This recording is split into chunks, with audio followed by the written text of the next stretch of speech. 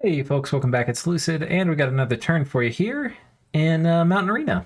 So let's see, we got a message from Micklin. This turn's a bit rushed. The big question is whether to take Yomi's Wizard Tower in the cave, which may involve a 3+ turn siege being harassed in whatever ways Yomi can come up with the reward being that I get to kill his Chaff army and destroy that Oni pit.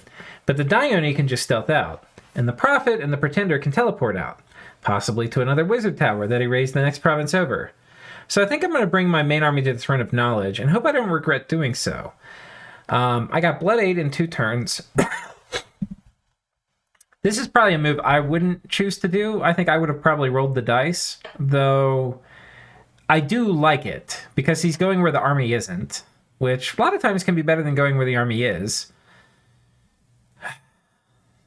Yeah. I don't know. I understand his decision, and it makes sense. I think it's just such a strategically important spot. It'd be so nice to take it from Yomi. So he's clearly conflicted. I got Blood 8 in 2 turns, combined with the Forging Party that's now happening with like 20 mages and the Steel Ovens. So in a handful of turns, I may be able to just put a Dione killing force in every contested province. He's probably referring to Life for Life. The other objective I'm organizing towards... By the way, one of the good buffs on Dione in general is luck. So, and it's also good against Life for Life, as I mentioned, but it's good against other things like Holy Scourges. The other objective I'm organizing towards is taking Agarthas Underwater Fort. I see Sea Fathers there, and that means another source of water twos. I should mention my troops in the Throne of Air and Steel Ovens are this turn are largely fake. I've been placing a couple plus 50 size army items that I forged in likely places for reinforcements that happen to not have any. Very cool. Message from Micklin. Hey guys, did some pretty bizarre Diplo with TNN this turn. It never really made sense to us that TNN would ally with us against Agartha. From my perspective, he should have joined Agartha against us. But since he was our ally and didn't want to go, and we didn't want to go hard at him in the Agarthan lands, land grab that's about to happen. So we negotiated a land division that made almost no sense for us. We allowed him to have both the throne and Agartha's cap. We're going to take the pocket of Agartha's southern cap circle and a few northern TNN provinces that will be blood hunting into the ground.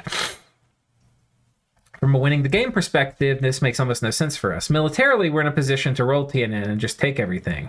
But he's been so damn friendly all game, and we didn't have the heart to be cutthroat.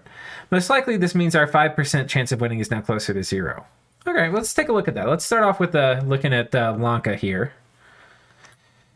So, I mean, he's given him, what, this throne?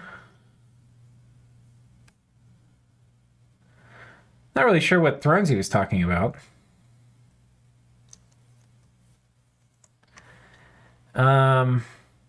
Both the throne and Agartha's cap. I mean, the throne he was going to take. I don't think that's much of a negotiation.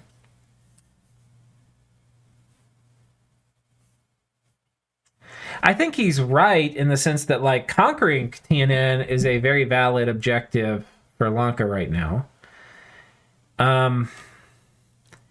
But I think this is what you have to ask yourself. How useful will TNN be in a war against Micklin?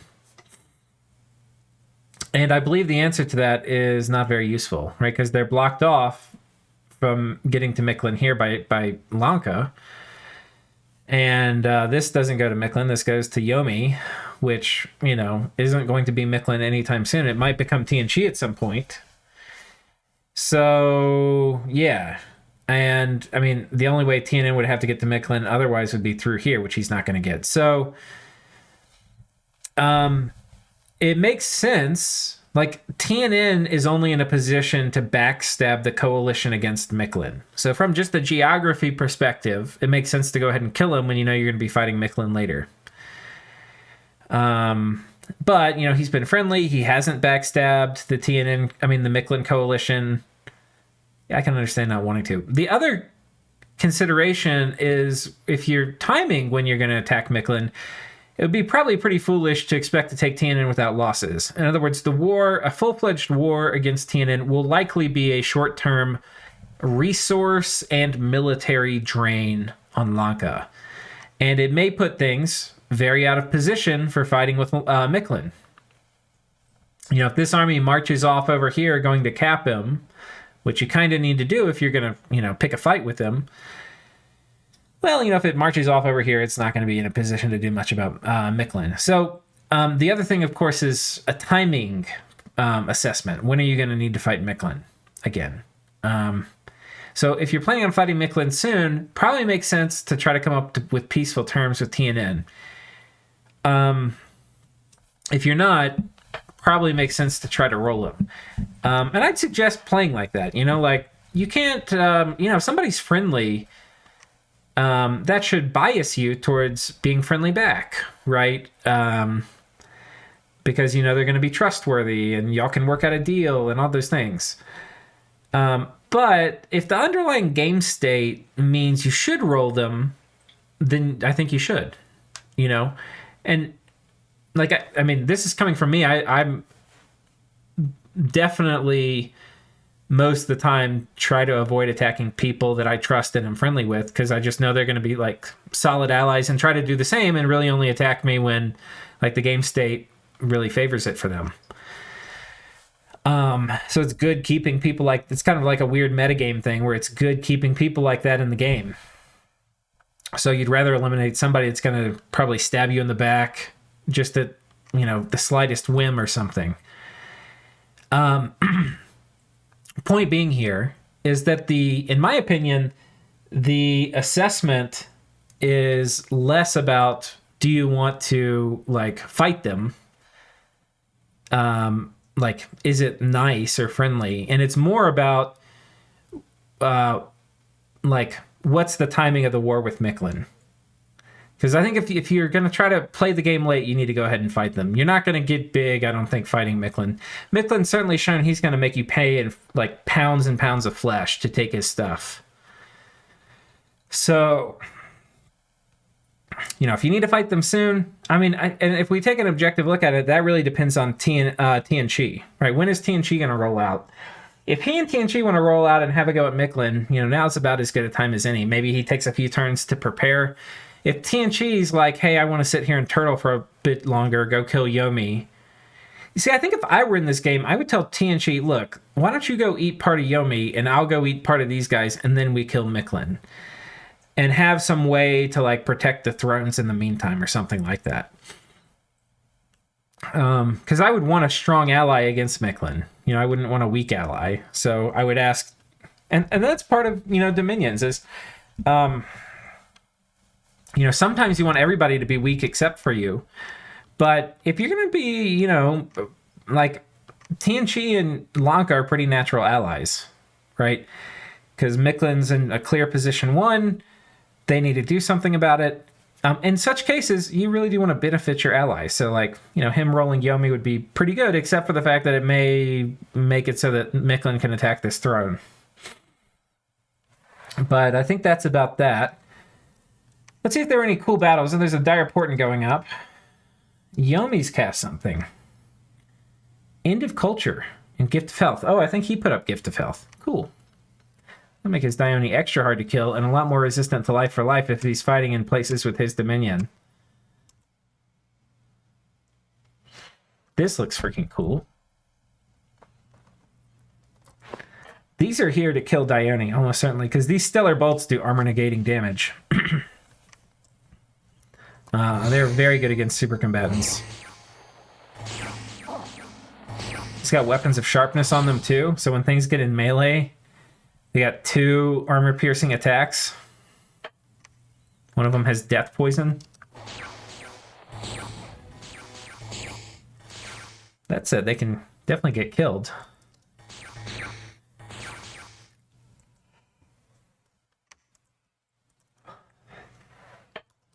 Ooh, a white oracle. These are pretty cool. These are the twice-born form of agarthas dudes. This guy with the Holy Scourge...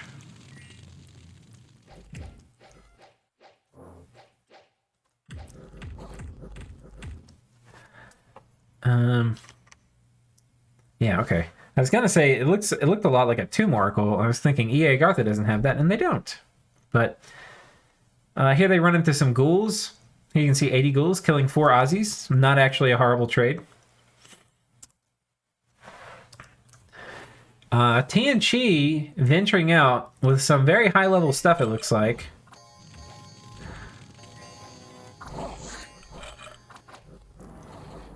No, they just get yeeted. What happened to the Celestial Master? He just disappeared. I thought he flew away. Or is it the vampire that... Oh, the vampire flew to the back. This guy's buffing up like he's a thug. I don't know what that's about. Didn't help when the Aussies landed. Okay, here we go. This is the fight we've been waiting for. Agartha just rolls into this Lanka stack. Plus 120, what the fuck? Oh my god, that is so much hit point regen. How do you kill 120 a turn?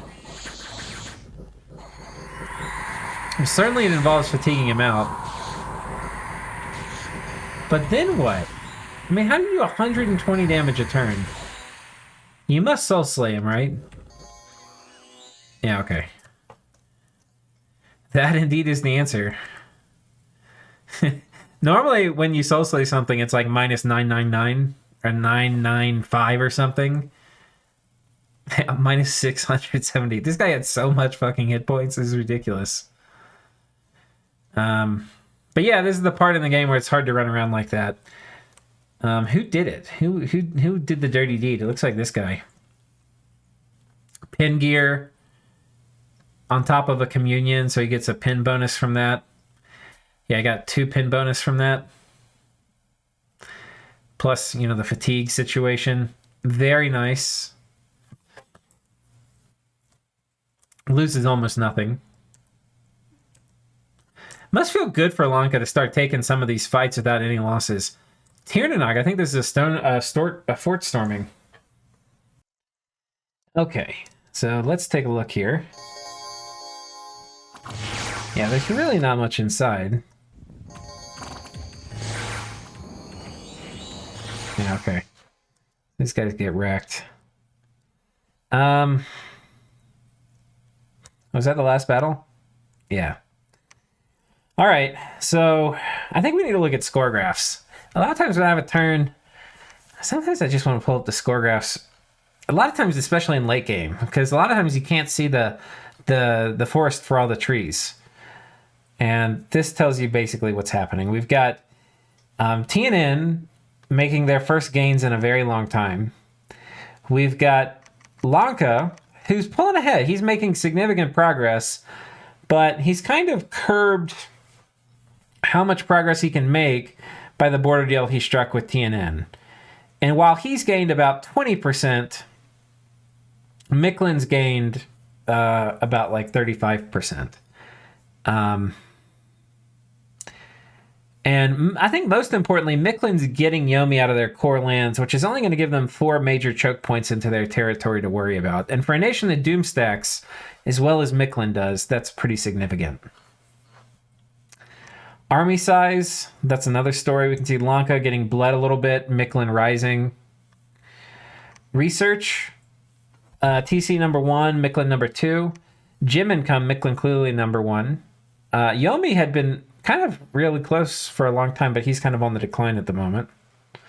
Not surprisingly. I'm actually surprised more people aren't jumping on Yomi right now. But Yomi did do, you know, like Lanka was going to, but Yomi bullied them into not doing it by saying, I'll give everything to Micklin if you do. Which is a kind of shitty way to play, but I think it's valid. You know, you can make a threat and plan to follow through. And I mean, Lanka has other stuff they kind of needed to do, like eat Agartha. The problem, though, is they didn't really think that through. Like, I think if you're going to make the plan to eat Agartha, you need to have a plan to get a lot of spoils, and you need to plan how it's going to go with Tianchi. Tiernanog. So, anyway, I think that's it for this turn. Let's go ahead and go to the next turn, which is turn 68. All right, we've got turn 68 here. So we have a message from Micklin. I hit Blood 8 this coming turn. I don't have enough boosters to spam Reign of Jaguars as much as I'd like. Needs to be Blood 6, Fire 2, but it will greatly reduce the cost of replacing Aussies and thus give me the option of being a lot less careful with them. Also, the Yomi Magic Phase attack on 13 messed up my movement last turn. It's not... I thought it not unlikely that he'd do that, but didn't have the resources in place to block it. My domes killed the TC Mage, casting something at Waywoods this turn. Well, don't know where Waywoods is. Looks like from this turn we're going to have a lot of Lonkin action and a lot of Yomi action. So let's go see.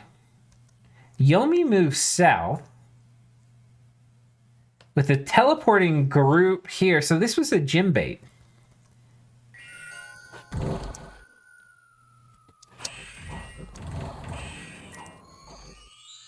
And it was effective. It did bait the gems here.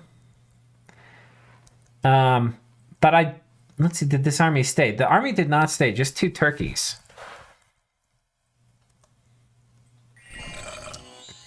Let's take a look at these. What's he going to do? I don't think there's Earthquake. I think these are super combatants. And this strategy of super combating around, it just loses a lot of steam as the game goes really late. Now, there are things you can do. He's got a Storm Staff. That's really important. It's one of the... You can't really super combatant without that. So, that's pretty cool. Oh my gosh. Alright. Just ran into some turkeys. And that begs the question, where did the Mictlan army go? Well, the Mictlan army went on this throne and found a Dione present.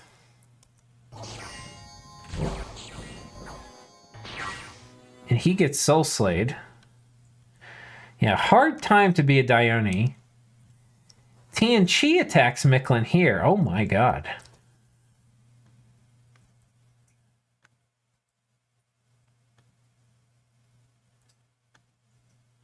Wait, does he kill some of these?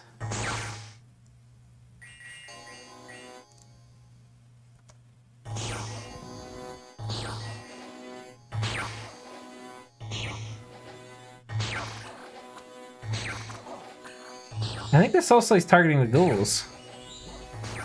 Oh no, is this a... Oh, opposition. God, this is my first time I've ever seen it actually work. This is my first time seeing it actually work. Advance and cast opposition kills a golem. I might have seen it once in a game before. Just so hard to get work because it's a short range spell. He got 2 of them with Rings of Returning. How sick. To anticipate that too, because I haven't seen the TNG golems before. So sick. So sick. Man, what a Jedi play. I just want to watch this again. 4 golems doing Soul Slay show up. I wonder if... he might have cast Arouse Hunger here. Oh no, it's yeeting these guys. Oh, now it's hitting those. I think it had to do with where they were positioned. Yeah, these ghouls may have actually kind of saved it. Now they're doing Solar Rays. They're attracting a lot of the golem aggro that otherwise might have been killing those dudes in the back. Yeah, the opposition gets him. Very fucking cool. Resist Magic would have helped a lot. I don't think any of the golems cast that. I think they were just doing... Yeah, some of them did. I think they did Body Ethereal and then Soul Slay, which is reasonable. But, you know, Mictlan's an Astral Nation, so I'm not going to sit here on Monday morning quarterback and say you should expect opposition on advance and cast when you fight them, when you're teleporting in to some army that shouldn't have any reason to expect this. But if you're playing Demosthenes, maybe you should. That's so good. This is so good. And this is important. This protects the retreat route for this army. This fort is not cracked, though.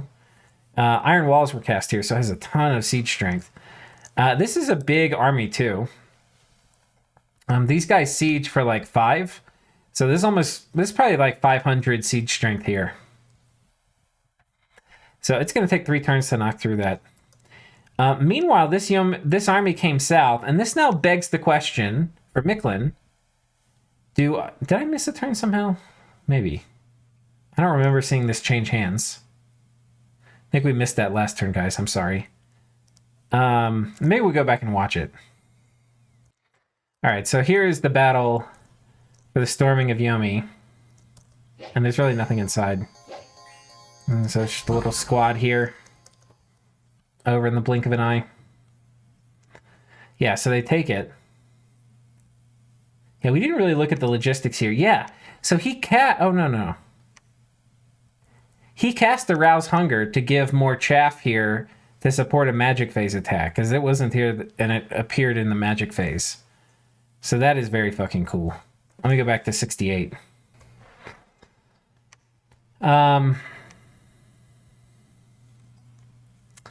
So looking at the Yomi situation,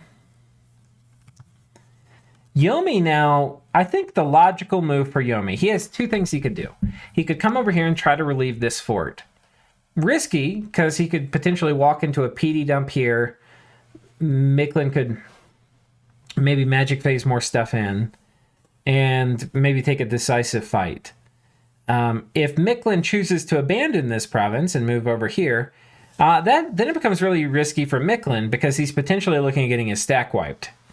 Because he won't have anywhere to retreat to, potentially, if Yomi defends this or something. The other option for Yomi is say, hey, I've got some other way of dealing with this. I'm going to come over here and take this fort. I think Yomi's going to come over here and take this. That's what I'm guessing. But we'll see. He's also raided out around here. It looks like basically Micklin just won this raiding war. Killed a bunch of Bakemono here.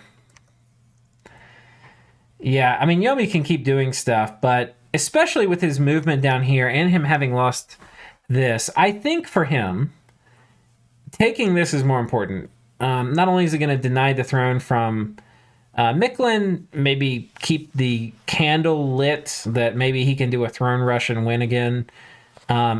Keep that hope, that prayer alive. So he probably wants to keep that, but also controlling this. He doesn't want this army probably to come up here and take all his shit. So I think the fact he's lost the Niflheim region means there's not too much point in holding all of this. I think he wants to come take a fight and come down here. And that gives Micklin a pretty predictable move to take a fight here next turn, which would be pretty fucking cool. If he does move the army this way, I don't know if he'll be able to defend with just this. He might. But we'll see. He'd probably have to do something pretty clever to defend this. I think this army here, by the way, this was the province he was talking about having plus magic, plus army size items on. So I think this is a fake scout report a little bit.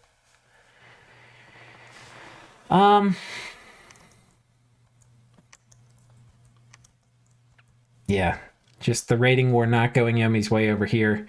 In Agartha land, it is starting to look like Tir na Nog land, and Lanka taking a decent amount of stuff. He's got a Dakini coming in. Let's take a look at the Dakini kit.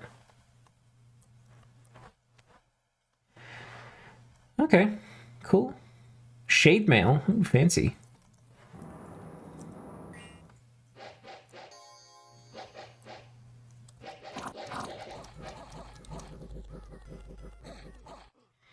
Yeah, it's kind of cool. With just the Vine Shield, you can keep her native weapon, which is basically a Bloodthorn. That's kind of cool. It's a very good bless for Dakini, and basically for the Esrapas too.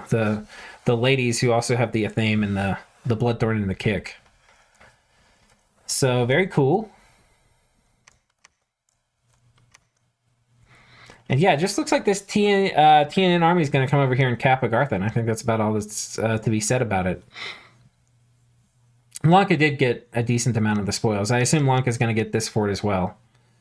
So that's a pretty fair splitting of Agartha. I thought when he said he got a really bad deal, I assumed he got less than this. I think this is a very fair deal, except that you consider the military position, Lanka might just be able to eat them. I assume this was negotiated, taking this from Tir na Nog.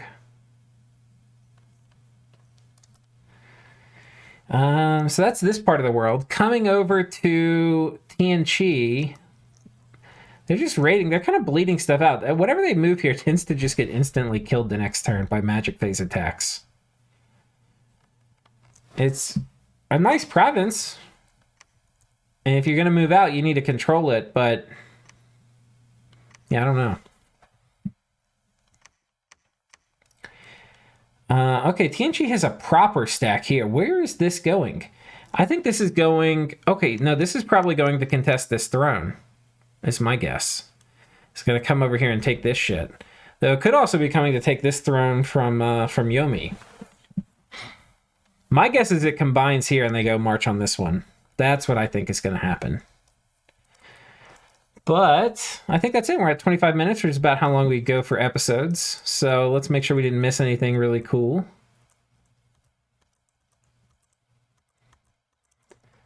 I think that's about it.